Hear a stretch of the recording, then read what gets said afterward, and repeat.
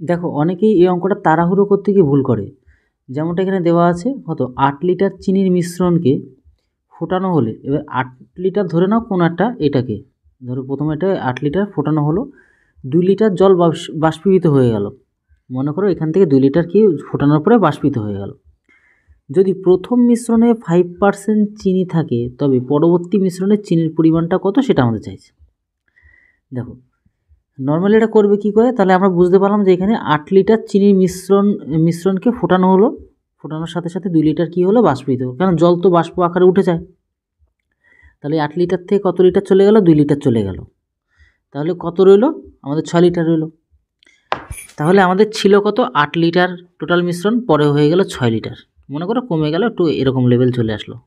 ঠিক আছে, তাহলে 6 লিটার হয়ে গেল, এইটুকু তো আমাদের ক্লিয়ার। এইবার ব্যাপারটা হচ্ছে যদি প্রথম মিশ্রণে 5% চিনি থাকে, এই প্রথম যা মিশ্রণ ছিল এর মধ্যে কত 5% চিনি, তাহলে এর মধ্যে যদি 5% চিনি থাকে তাহলে 8-এর মধ্যে 5%টা কত সেটা আমরা দেখে নেবো এখান থেকে, তাই না? কত, তাহলে আমরা এখান থেকে বুঝতে পারছি যে 5-8 40 বাই কত 100, তার মানে 0.4, 5-8 40 আর নিচে তো 100, এই শূন্য কাটলো, এই একটা শূন্যর জন্য পয়েন্ট এখানে বসে যাবে, মানে 0.4 কিন্তু আমাদের এখানে চিনি আছে কত 8 লিটার মিশ্রণের মধ্যে। ঠিক আছে, মানে 400 গ্রাম বলতে পারি আমরা এটা।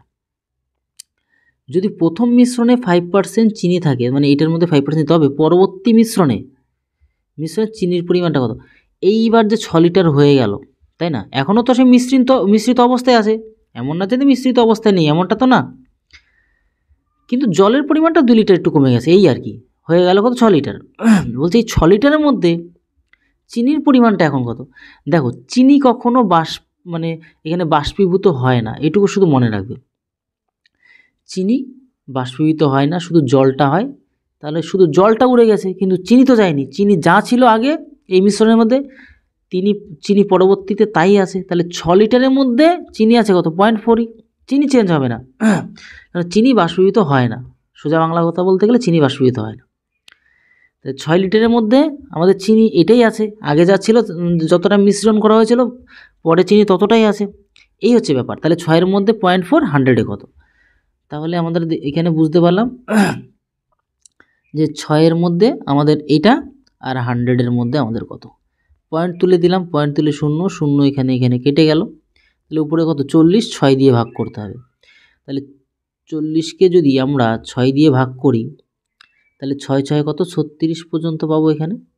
তাহলে এখানে কত 4 আসবে, তাহলে উপরে 4 বসলো, নিচে 6 বসে গেল, নিচে 6, 1 সেকেন্ড, নিচে 6, তাহলে 2 দিয়ে কাটলে উপরে 2, 2 দিয়ে কাটলে নিচে 3, তাহলে 6/2/3 কিন্তু হয়ে গেল কি আমাদের একদম সঠিক অ্যান্সার। 6/2/3 কিন্তু আমাদের সঠিক অ্যান্সার। এই হচ্ছে ব্যাপার। তাড়াহুড়ো করতে গিয়ে অনেকে ভুল করে ফেলে, ভাবে কি চিনিও উঠে যায়, চিনি কখনো ওঠে না, চিনিটা কখনো যাবে না, যাবে কি জল উড়ে যাবে, মানে বাষ্পীভূত হয়ে যাবে, এই হচ্ছে ব্যাপার। তো আশা করি ভিডিওটা বুঝতে পারলে।